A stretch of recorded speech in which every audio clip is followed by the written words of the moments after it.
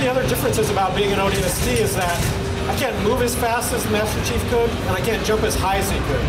So going into encounters against the Covenant are a little more challenging, and you have to be sure that you use the appropriate tactics, because you can't just jump in and take everybody on like the Chief would be able to.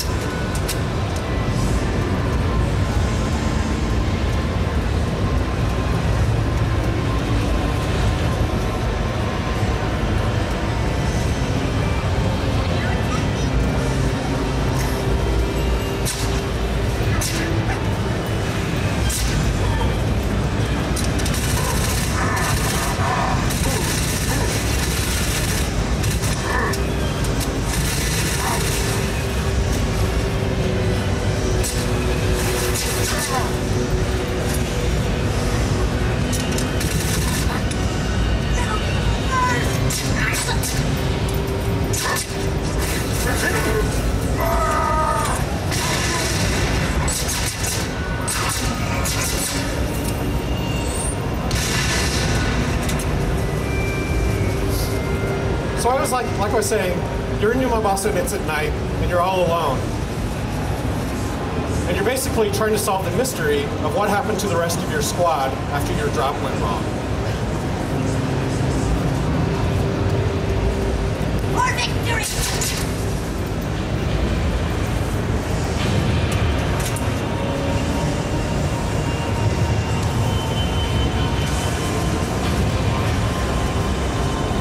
When I said that you were all alone in the city, that wasn't quite all true.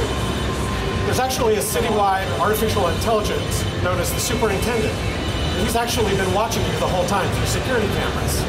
And he's now trying to contact you. So I'll use my vision mode to help me figure out how he's trying to contact you.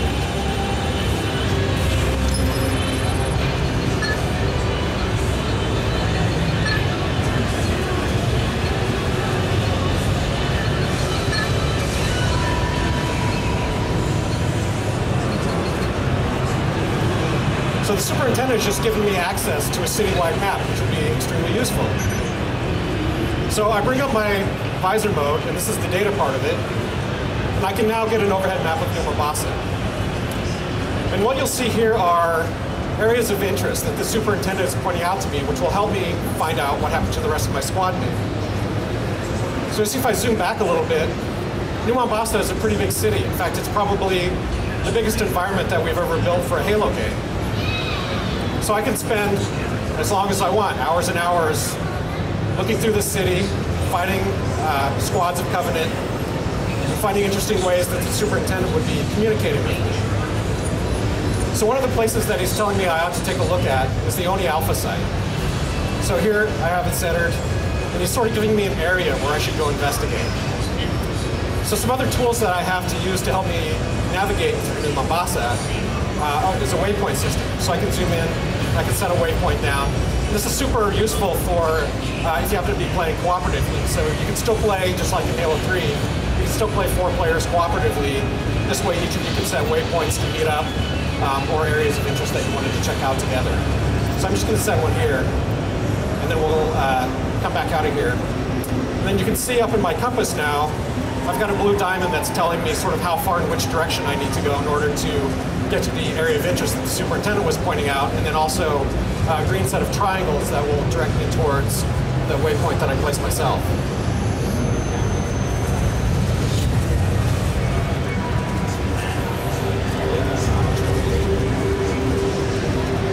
So one of the other ways that the Superintendent can help you out, I'm just going to go this way so you can see it, is that he can actually help guide you through making changes to some of the signs in the environment that you're traveling through. So here he's trying to help me head in the right direction. So as you can see, to get to that clue object is quite a ways away, almost a kilometer. So we're going to take a little shortcut. This is not something that would actually happen in the game, but we'll get there a little quicker.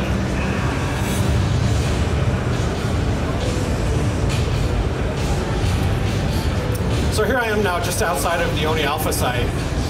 And as you can see, as I get closer to the area of interest that the Superintendent was pointing out, I'll start to get a notification in my HUD as it's turning blue like that, telling me that I'm getting close. Now the clue item that you're looking for is not necessarily in the center of that, so you'll have to search around, and the visor will actually help you out in that regard. So let's take a look at what we can find out here.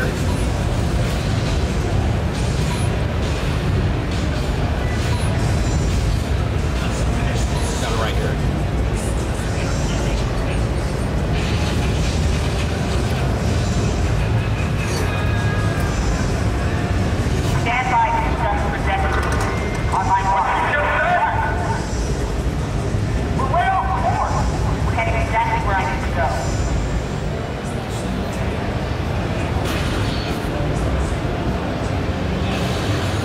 So the detonator that I just found is a clue object.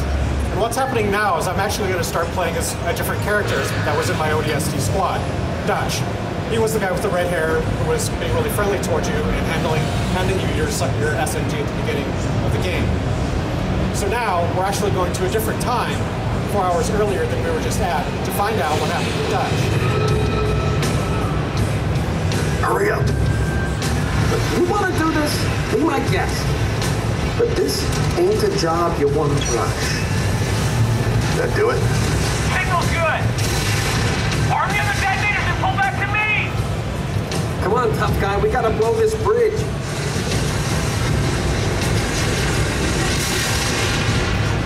Dutch, arm the other charges.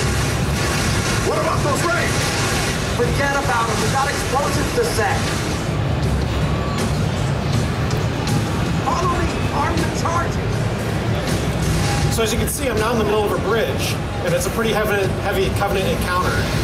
Now I could stay here and fight if I wanted to and try to hold Covenant back, but I don't have a lot of weapons, and I'm going to be running out of ammo soon. So what I really want to do is try to blow this bridge and stop the Covenant from coming in.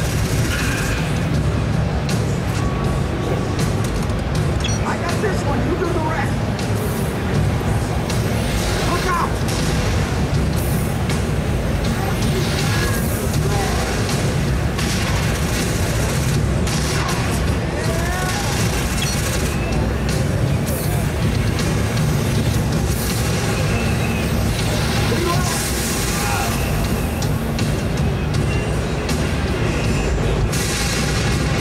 That's the last one, Dutch. Come on, Super, unlock the keypad. Keep it clean. Protect public property. If you don't let us trigger those charges, in about 5 minutes, your data center is going to be crawling with Covenants. About damn time. Do it, Super. Bridge all set. Assets ready.